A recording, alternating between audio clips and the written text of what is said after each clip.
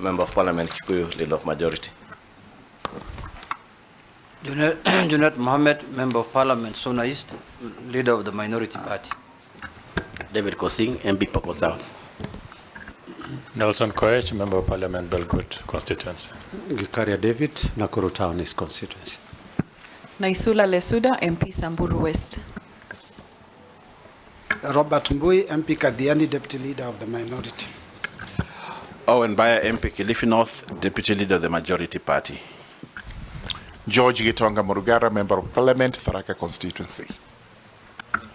Ferdinand Kevin Wanyonyi, Member of Parliament, Kwanza, Trans Nzoia County, member of this committee. Abdul Rahim Daud, MP for Nordimenti, Meru County. Masemeri, MP Teso South, Busia County. Abdi Shuria, MP Balambala, Garissa County. Honorable Mishi Mboko, MP Likoni, a member of this committee. Rehab Mukami, County MP Nyeri, member of this committee. Didoraso, MP Saku, Marsabit County. Stephen Mule, MP Matungulu, Machakos County.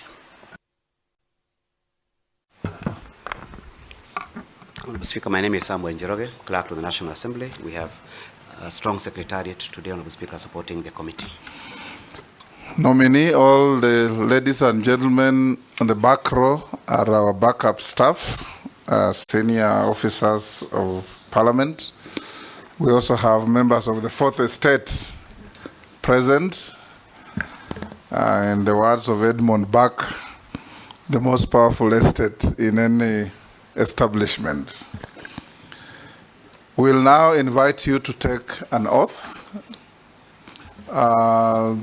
If you are Christian, you take the Bible. If you are Muslim, take the Quran, Holy Quran. If you are Hindu, there is a holy book for Hindus. If you are none of the above, you can affirm. I'm a Christian, Mr. Chairman. Take the Bible in your right hand and read the oath as recited there. I, Mutahi Kagwe, do swear that the evidence I shall give before this committee on the matters under its consideration shall be the truth, the whole truth, nothing but the truth. So help me God. Point of order. Yes. If I'm not wrong, the nominee is meant to lift his Bible as gives yes. the order. Yes. Very well. You lift it with your right hand. Go ahead. I, Mutahi Kagwe, do swear that the evidence I shall give before this committee on the matters under its consideration shall be the truth, the whole truth, nothing but the truth. So help me God. Thank you. Sit down and sign to the oath.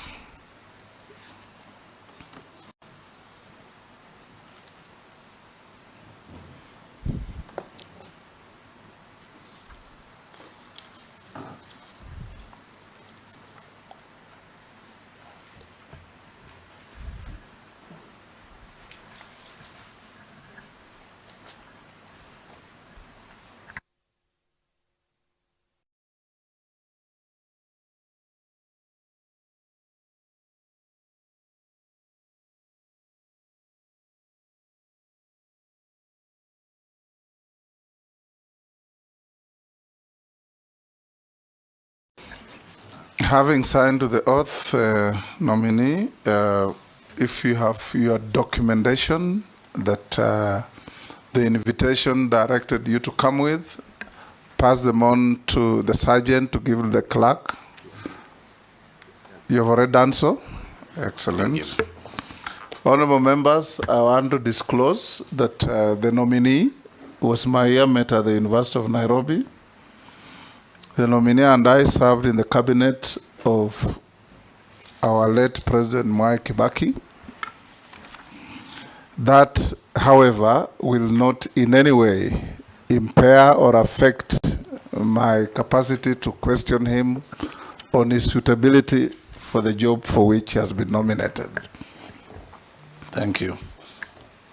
Now, Honorable Mutahi Kagwe, in less than 5 minutes, tell this committee who you are, your background, your education, and why you think you are suitable to hold office for which you have been nominated. Thank you very much, Mr. Chairman, and thank you, members of the nominating committee. First and foremost, before I start, Mr. Chairman, let me just say that I want to say thank you. First, I would like to say thank you to God indeed, because that is why He is why we are here today. Secondly, I wish to take this opportunity to thank His Excellency, the President, for this appointment or nomination, which I hope will be approved by this committee. Thirdly, Mr. Chairman, I very briefly will say that, as I said, my name is Mutahi Kagwe. I was born in Nyeri County. And Mr. Chairman, if you allow, as I go along, I will give the reasons. I will tie up the reasons why I think I'm suitable for this job with my background.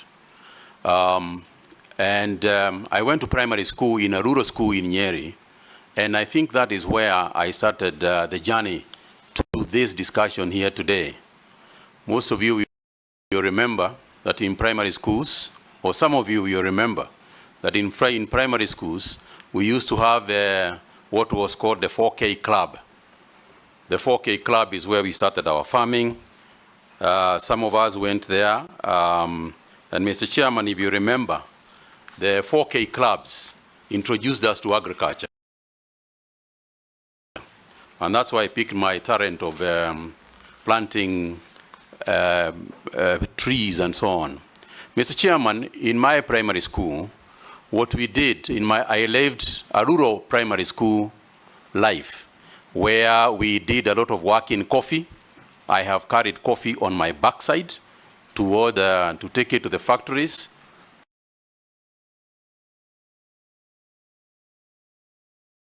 First in Ishamara, if anybody knows the place, in Nyeri. We have spent our school holidays in coffee factories where we were drying the coffee beans and so on and so forth. You know what 4K meant? Kuungana, kufanya, kuungana,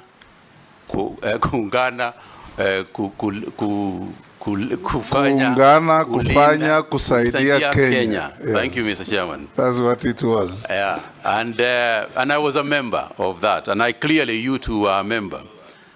Yeah, that's what it meant. And Mr. Chairman, Majority Leader didn't know that. Yeah. I think he went to school when 4K was dead. Probably. But it is one of the things perhaps we should think about reviving as we go along. Mr. Chairman, I then went to Kagumo High School, where I studied for 6 years. But in the course of my studies too, I was a member of the agricultural club in the school. And it is through the agricultural club in the school that we actually started eating eggs at Kagumo High School, because it is how we started the school poultry project. And I remember distinctly Mr. Gisheru, who was our teacher, leading that whole project, and just emphasizing to us the importance of agriculture at the time. But I was successful in Kagumo High School, and I went to the University of Nairobi, where, as you graciously acknowledged, Mr. Chairman, we were in school together, where I graduated with a bachelor's degree in commerce. And I want to talk about that commerce degree, Mr. Chairman, because a degree in commerce prepares you generally for business management. May it be the public business in public or business in the private sector. And my education was rounded enough so that in the course of my career, as I left university, in the course of my career, I have managed very different businesses, both in public and private life. I also went on, Mr. Chairman, to do a master's degree at USIU, again in business administration, a master's in business administration, emphasizing my studies more in management information systems as well as finance. Mr. Chairman, during this time, I did my master's when I was working, but I started off my working career at an interesting small place called Mashambani Magazine. Mashambani Magazine was a magazine published by trend publishers, which was about farming. And I later, in my capacity as a marketing manager of that company, closed Mashambani Magazine and replaced it with Farmer's Voice. The Farmer's Voice magazine, which I worked for, was actually the KFA magazine. Those of you who remember, the Kenya Farmers Association is the one that owned the Farmer's Voice, which I published and ran for 2 years. So again, Mr. Speaker, that's why I said the journey that I'm going to explain has gone on to attach me to this interview here today. Of course, I would never have foreseen that this was going to happen. So, Mr. Speaker, having finished my education, I went on to run Trend Publishers, which was Viva, better known as Viva Magazine. I left Viva Magazine and joined the Standard Newspaper Group as advertising manager, followed on where I rose in the group, which was then owned by Lonro East Africa, to become the commercial operations director. Following my 11 years as an employee of Lonro, I then branched out on my own to start my own businesses. And since then, that is what I have been doing in my private life, running businesses over that period since the year 1992, when I left former employment. Mr. Chairman, after that, during my period, in the year 2002, I ran for office. I felt that having done being educated, having then gone on to develop a successful career, I felt that I should do some public work and serve the people. And I went to Mukurweini constituency, where I ran for office and was elected in 2002 as a member of parliament for Mukurweini constituency. In the course of that, you will remember, Mr. Chairman, that at that time, cabinet secretaries, cabinet ministers were also appointed from the parliament, and I was appointed as the Minister for Information and Communications in the year 2005. I served as Minister for Information and Communication, and I can say that it is one of my most exciting times. And in terms of preparing me for, again, going back to the cabinet as CS for agriculture and livestock, that's where I cut my teeth in that space of understanding government, being clear about the roles that the different arms of government play, being clear about the role of cabinet, collective responsibility, and other aspects that you learn as you do these jobs. I then, in 2007, I lost my position as member of parliament, but then I was appointed by His Excellency, late President Kibaki, to be chairman of the Multimedia University Council. I was the first chairman of that university and laid the foundation of what is now perhaps a uniquely placed university in terms of the technology space and communication space. And again, I'm very proud of my work there and what we did. I then, Mr. Chairman, left. Wind up.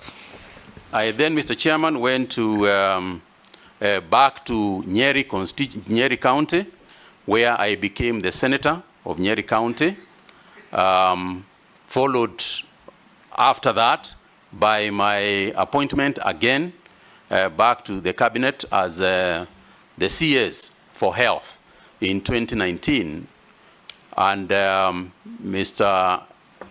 Chairman, all that experience that I have had, both my education, my experience in school, my experience in private sector, my experience as Cabinet Secretary and the Minister for Information, Cabinet Secretary for Health, have all, in my opinion, ably prepared me for this particular position. Thank you. I'll invite members to put questions to you, starting with the Deputy Speaker. Thank you, Honorable Chairperson. Mr. Mutahi Kagwe, now that you're going to be the Minister of Agriculture, we know certain challenges exist in that sector. First, Kenya is a net importer of foods that is capable of producing, like edible oil and rice and wheat. We also know the fact that the average age of a farmer is 65. Yet, our population is highly youthful. If you're approved for this appointment, what strategies will you employ to make agriculture more attractive and profitable to young people so that we can ensure that we have food security in the future? Thank you. Go ahead. Thank you very much,